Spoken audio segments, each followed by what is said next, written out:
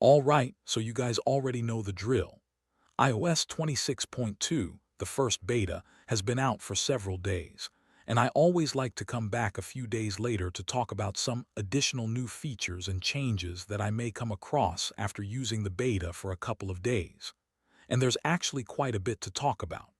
If you want to watch my initial coverage, I'll link that video in the description down below. But in today's video, we're going to focus on some additional changes that I've noticed. I want to start off with this new enhanced safety alert feature.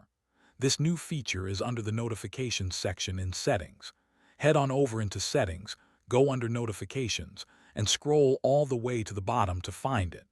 This is an additional alert menu or option called Enhanced Safety Alerts.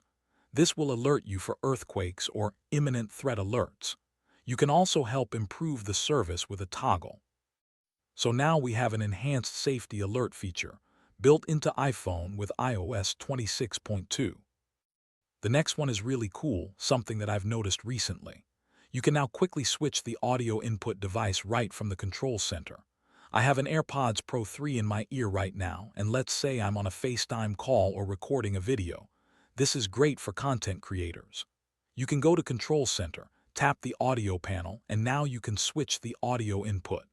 You can choose whether it's the system, the built-in microphone, or the AirPods Pro 3. You can switch the audio input directly from Control Center, which is pretty neat and very useful for creators or during FaceTime calls. If you use the Freeform application on iPhone, there are some new features and capabilities coming with iOS 26.2. Personally, I don't use this application, but for those who do, these updates will enhance your experience with the app in the next software update. Apple has also added flash alerts on iPhone. Typically, when you set up flash alerts, your LED flash lights up when you get a notification. Now, you also have the ability to use the screen to flash or both. You can find this option in Settings under Accessibility. Scroll down to Audio Visual, then scroll to the bottom. Under Flash for alerts, you can choose whether you want the LED flash, the screen flash, or both. You also have options for flash while unlocked and flash in silent mode. With iOS 26.2, you can now finally set reminders, schedule alarms, and timers simultaneously in the same Reminders application. When you first enable it, you'll see a new prompt, and on the dynamic island, you'll get a notification once the reminder triggers. You'll also get an update on the lock screen with a slide to stop option.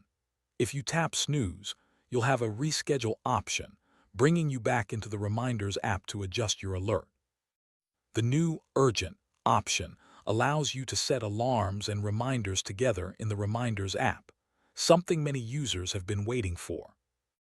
Now check this out. Code within iOS 26.2 references a new Apple Creator Studio.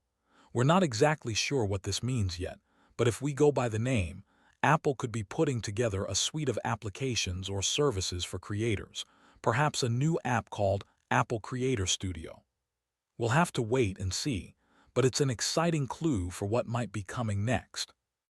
Either way, iOS 26.2 is shaping up to be another great, solid update for the iPhone. I'll continue digging through the software and testing its performance, including battery life and other improvements. Make sure to subscribe and stay tuned for more updates. Thank you for watching, and I'll see you guys on the next one. Peace.